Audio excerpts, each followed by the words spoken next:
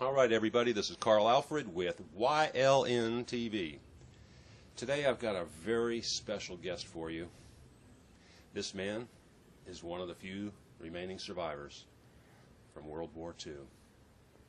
His name is Jack Tillman, and he's going to tell you the story of his experience in the service, and I'm not going to do anything except turn it over to him and ask him a few questions to get him started. So, Jack, can you tell us first, when were you born?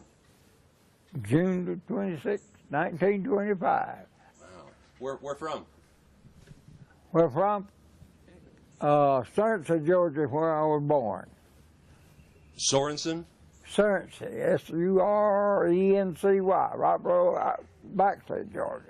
Wow. Whereabouts is that? Southeast Georgia. Southeast. Yeah, I was born there, and I got a funny tale to tell you about this. Being born there. In way later years, not too many years ago, I went to get a passport. I couldn't get the passport because I had a delayed birth certificate. And I was talking to someone in Miami about it. She said, you're not a citizen. She couldn't speak good English herself. She said, you're not a citizen. I said, why not? She said, well, you got a delayed birth certificate. And I said, well, you know, the United States thought I was a citizen. They sent my butt overseas. During the war, they could use me then. She said, well, why do you have a delayed birth certificate? I said, lady, I was born in the country, 15 miles from town. You couldn't jump in the car and run better than 1925. So, anyhow, I said, forget it. I don't want no passport. I ain't going nowhere anyhow. When was that? Sorry, well, this has been after the war. This is after the war. Okay. I was getting a passport, just do a little cruise or two with my wife. Did you have a driver's license back then? Pardon? Did you have a driver's license? Oh, yeah. I thought you needed a birth certificate to get a driver's license. No, I guess not. Well, I have a birth certificate, but it's delayed birth certificate. In other words, they didn't get to the courthouse for a couple of months after I was born. Right. Because it takes a long time to go 15 miles in a horse and wagon. You don't go every day. Yeah, I understand. Wow, that's kind of interesting. But so you didn't exist in their eyes. No, right. But you had already served in the military at that point. No, well, that when I was talking with her, yes. Yeah. I went into service. I didn't volunteer. I was asked to come in. I was told to come in. What do they call that? A draft? I believe that's what it was. But anyhow, thank God I was not in D-Day, over in D-Day. I come in as a replacement afterwards. I come into Patton's 3rd Army, infantry, old foot soldier.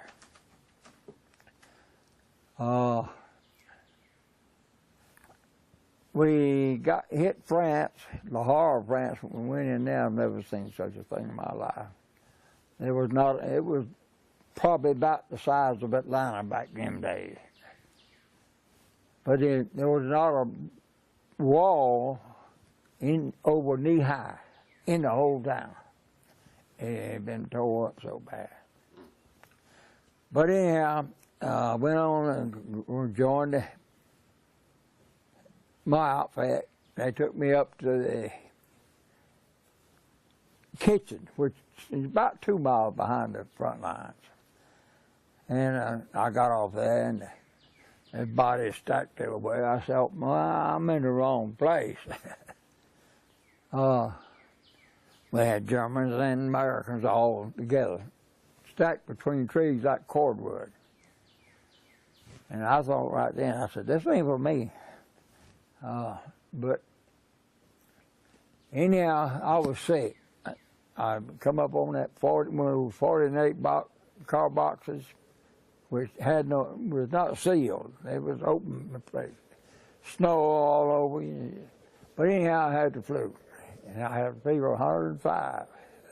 They sent me back to the hospital.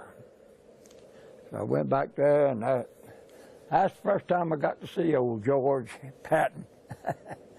And by the way, George and myself toured Europe. The difference was, he got to ride, I had to walk.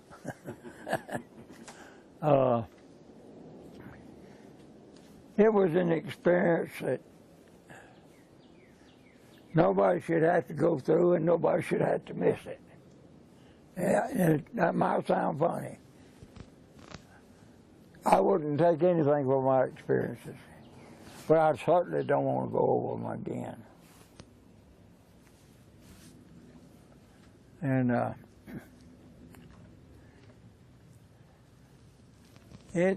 joined after they got my fever down. They sent me back to the front. Well or not, they didn't care.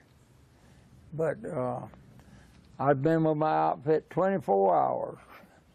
We'd marched through the woods, cleared up to a town, and another company pushed through us to clear the town.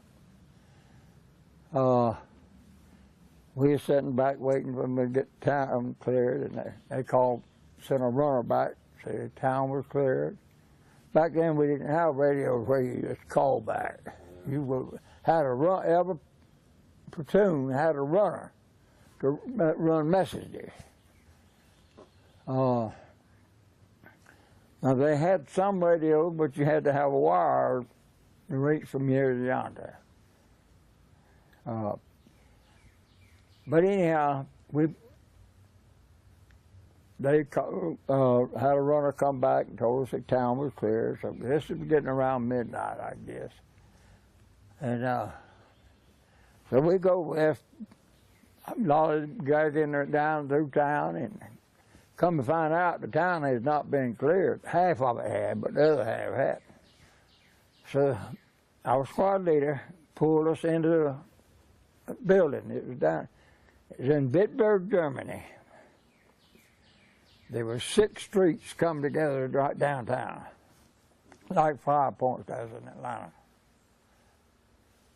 Well, they pulled us into this bar to wait to see what street we were supposed to take to clear. Well, as we walked in there, I sat down kind of backed up on just a table. I wasn't sitting, I was just leaning and then plopped on my rifle. Went to sleep. Said, oh, you get to sleep every time you get a chance. You close them eyes. But anyhow, I was sitting there. 88 shell come through the window and went off right between my feet and blowed me up into the ceiling. Thank goodness I had my helmet on, strapped on, because it kind of eased that bump up there. I didn't go through the ceiling. I just bumped and made another place up there. Well, I thought I was hit all over because I was stinging all over. Squad leader got killed. 2 other boys wounded. And I was not hurt at all, other than I couldn't hear. It took me a while. I guess it was about an hour while the medic was working on this one guy that had his whole back opened up. My hearing began to come back. And I heard there wasn't but 4 men left besides myself, left in the squad. I heard one of them say, when it did talk, it sounded like a duck quacking. I said, what are we going to do? We don't have a squad leader to lead us. I says, what do we need one for? Well, we got to take such and such street. I says, well, let's get the hand grenades off these other boys. We'll get what ammunition we need off of them. I picked up the BAR. The BAR man had been wounded. I said, we're going up that street, our street, we're going to clear, and we ain't going to think there's a battalion coming. We go up through there, have a door open, I'd have them throw a hand grenade, and I'd shoot off 30 rounds. And then, of course, they had rifles too, so they'd shoot. And we made a lot of noise, but we didn't find no Germans. We got to the end of the street, and there were 27 with their hands behind their head. So undoubtedly, it worked. Either they wasn't there to start with, or else we moved them out. I don't know. There's a lot of things I don't know that happened over there. But anyhow, we lay in the snow. This is first part of January. Well, what happened to the prisoners there? Oh, they have people that come and get the prisoners and take them. So you stayed with the prisoners until they were Oh yeah, out? oh yeah. We didn't just turn them loose. Oh, okay.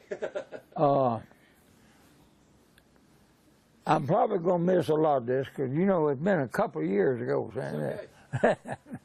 But anyhow, we lay in the snow, you know, in the advancement, you lay in the snow. You dig a fox, when you dig a foxhole, it's prone. It's where you can lay down. And you put trees down in the bottom, whatever brush you can get to stay up out of the water. And it's snowing, and it's raining, it's sleeting.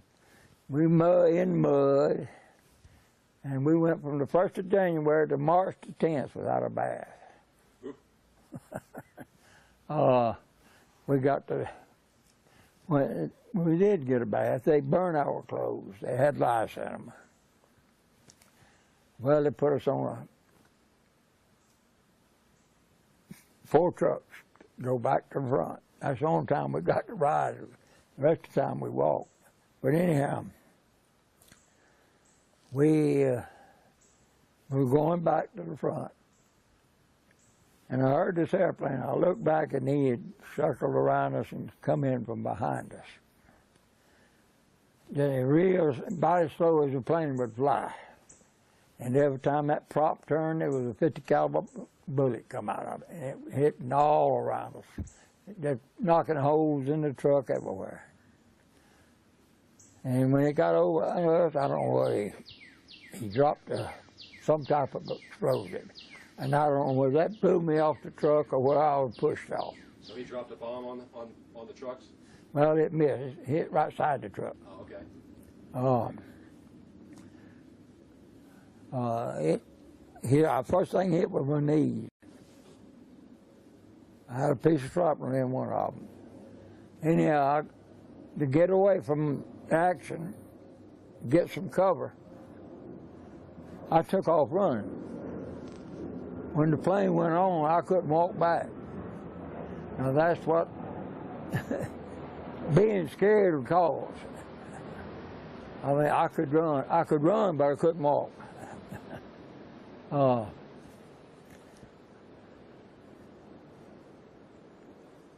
That's the reason I remember the date of May the 10th.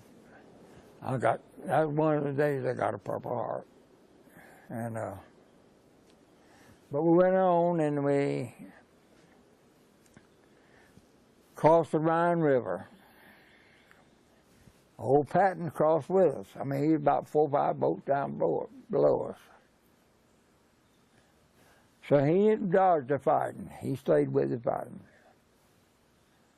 We went in and took Frankfurt on Main. My squad and myself captured a trainload of PX rations.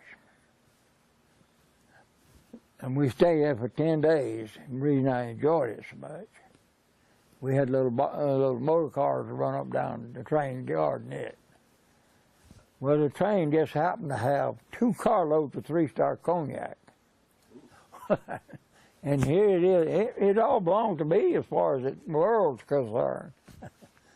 But word got out about it, so every outfitting, and we done 50 miles, sent a truck, a Jeep to come get them a barrel.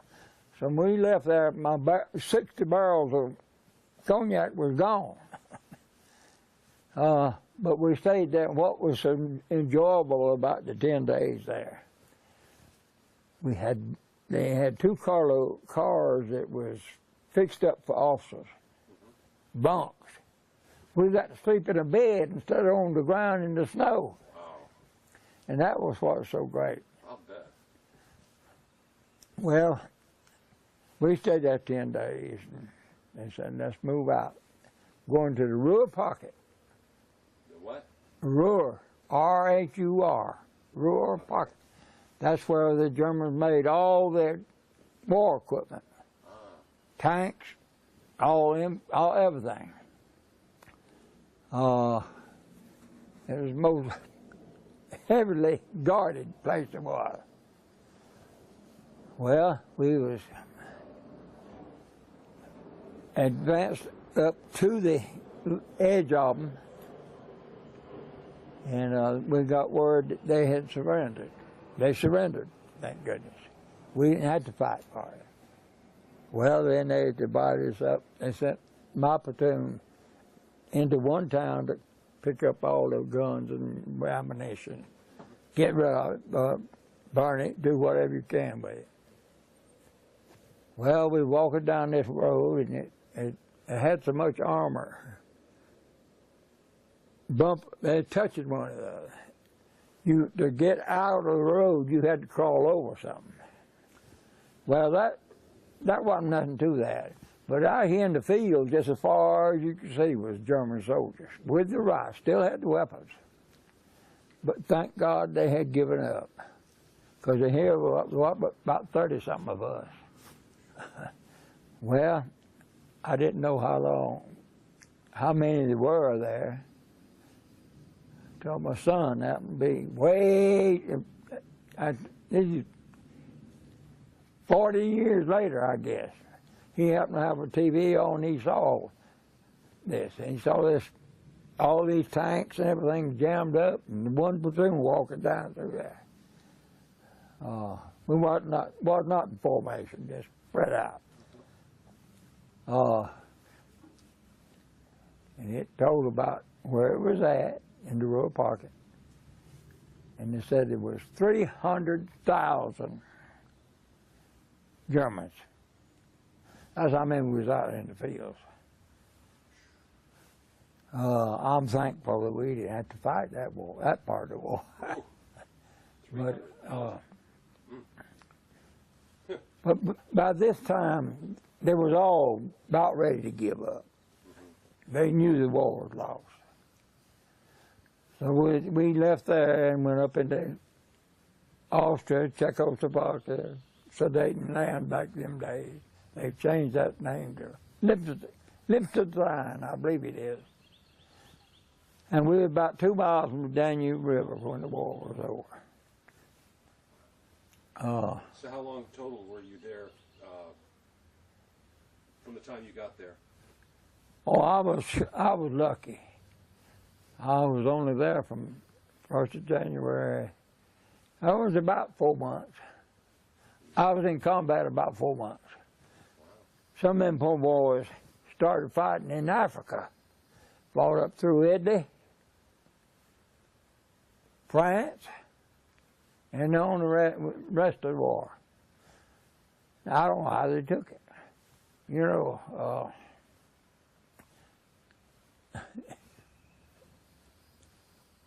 I had a doctor ask me one time why I my anxiety was so high. I said, do you know what anxiety really is? He said, well, I think I do. I said, no, sir, you don't know. Anxiety is when you're a squad leader, you've got to open every door in a town, and you don't know what's behind that door. I said, that's anxiety. You don't know when you're going to be blown away with a machine gun or whatever. I said, now that's anxiety. Yep. But I was very fortunate that I didn't have no, and like I say, I was a replacement. I joined outfit right at the edge of France and Luxembourg. So what happened after that? Well, our battalion stayed there for 2 months after everybody else come home. We were training to invade Japan. Our battalion was supposed to be the first people to own Japan soil. And they told us it'd be anywhere from 90 to 95% casualties. I said, I don't want to go. But way years later, I had this lady ask me, having some legal work done. She saw I had GI insurance. She asked me, I see here you got your GI insurance. I said, yes, ma'am. Well, you're in service? Yes, ma'am. When? World War II. She said, tell me, were you ever scared? I said, ma'am, I can tell you truthfully, I was only scared one time. She said, when was that? I said, when I left home till I got back. So that was only one time. Well, how can you not be scared when you don't know what's coming next? A lot of them say, would tell me, I ain't scared. I said, well, how come when you hear a shell coming in and you hit the ground if you ain't scared? Stand up there to it if you ain't scared.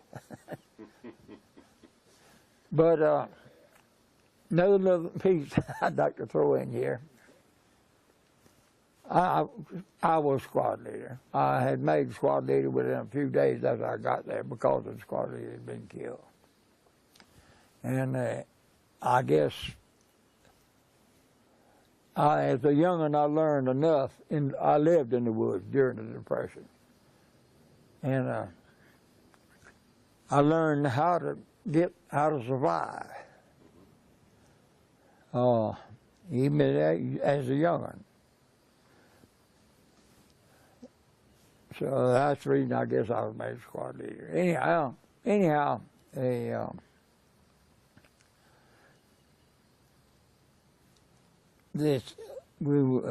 every new man come in, I kept him with me for a few days to teach him when a shell was coming. You hear a shell coming in. I said, if you see me hit the ground, you better hit the ground, because I ain't going to have time to tell you.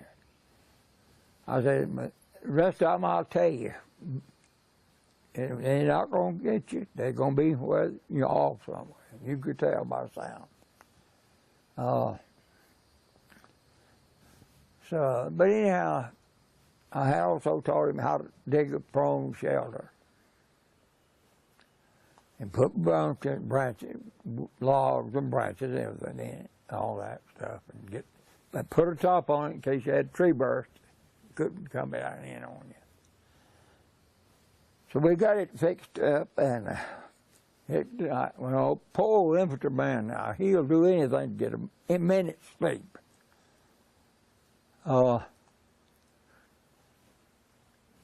We had got the fox dug ready to go. I said, one of us had got to stay awake 4 hours, and the other take 4 hours on guard. He says, I'll take the first 4.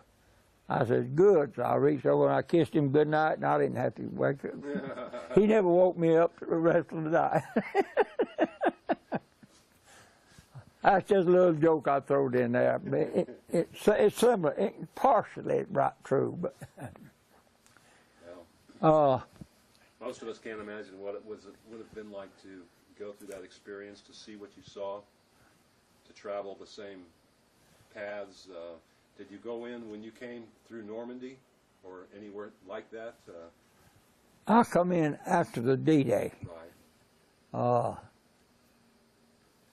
Well, where we landed was Le Havre. Oh, well, we went into Scotland, down through England, caught another boat over to Le Havre. I was fortunate compared to some of them. I had rather been home. Yeah. But I guess all the soldiers could have said that. Did you talk very much with those that had been there for a while and get their stories as well? Well, they tell you a little bit. They wouldn't talk about it much. They would tell a little bit about, well, like St. Lo. They had a couple of guns. I crawled down the barrel of one of them. It was so big. It took two box cars, flat cars, to carry one gun. That's how big they were. In St. Lo, you'd be dug in, they said. I wasn't there, thank God. But that one go off anywhere close to you, it bounce you up out of the fox.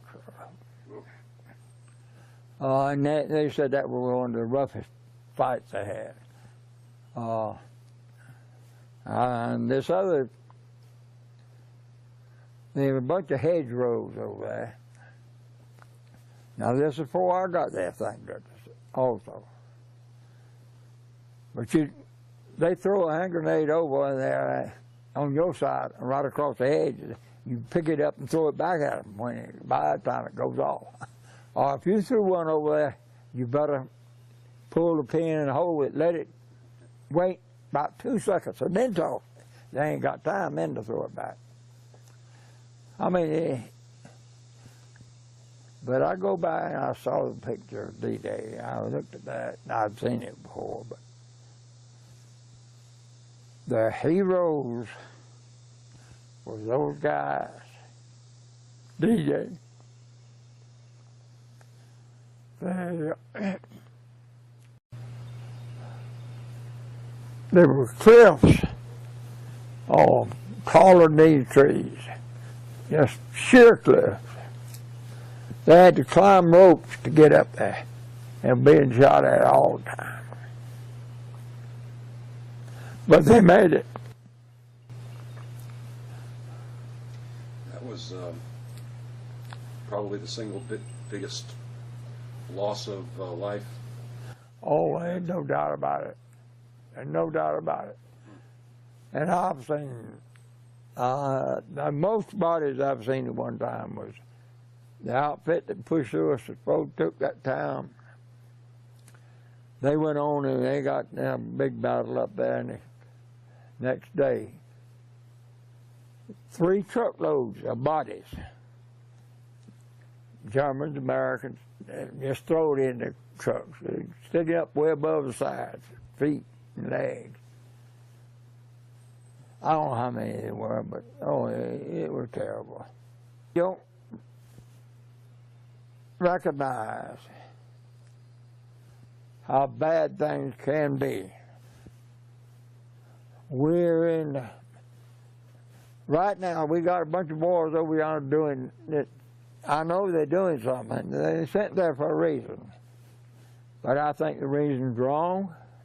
I think we ought to bring every soldier we got back to this country, line them up around the United States, and keep everybody out except the ones that's legal. Now, we still should have legal interests, but just keep out all these illegals. Well, let me ask you.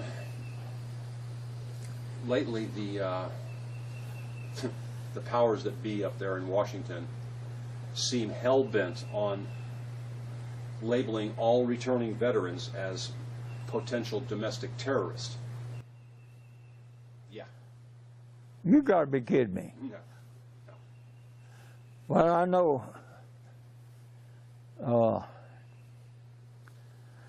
I guess what makes me madder than anything else is in the Democratic primary, Hillary Clinton got up there and said, Obama went to school to hate America. She said, done it over and over and over. Then the Republicans never mentioned it from then on.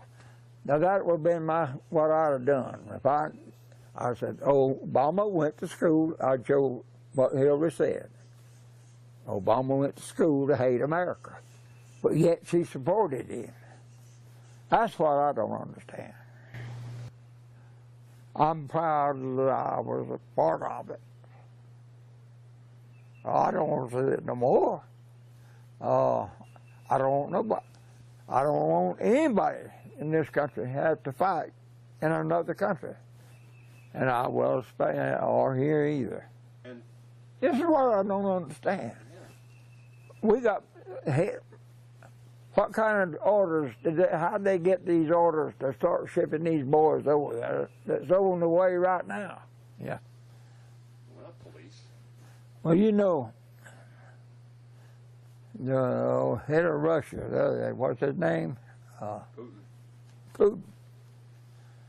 He made a statement that like to hit home. He said, they talk about us taking these countries. He says, who's got the most soldiers in other countries? We do. Words to that effect. We do. Yeah. What are we doing over there? They ain't done about business. As a kid, I come up during the Depression. We had plenty of vegetables because we had a big garden. But back then, when we had freedom, since the Depression, we had no freedom. That's my thinking. But back during the Depression, you could do about anything you could, just about it, to make it to eat. Well,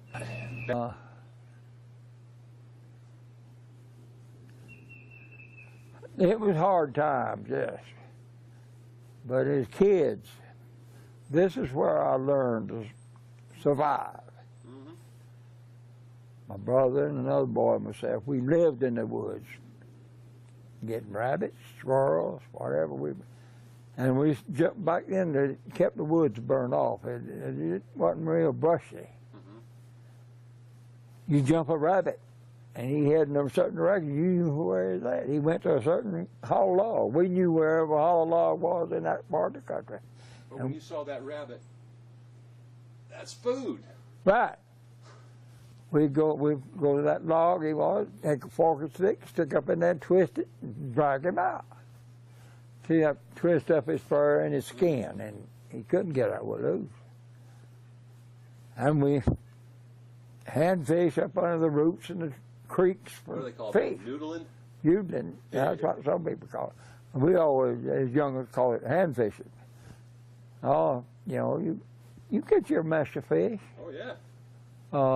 You might get a moccasin or two, but you throw them on the hill.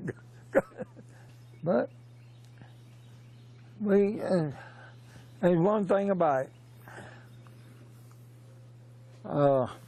I ain't got long to worry about it.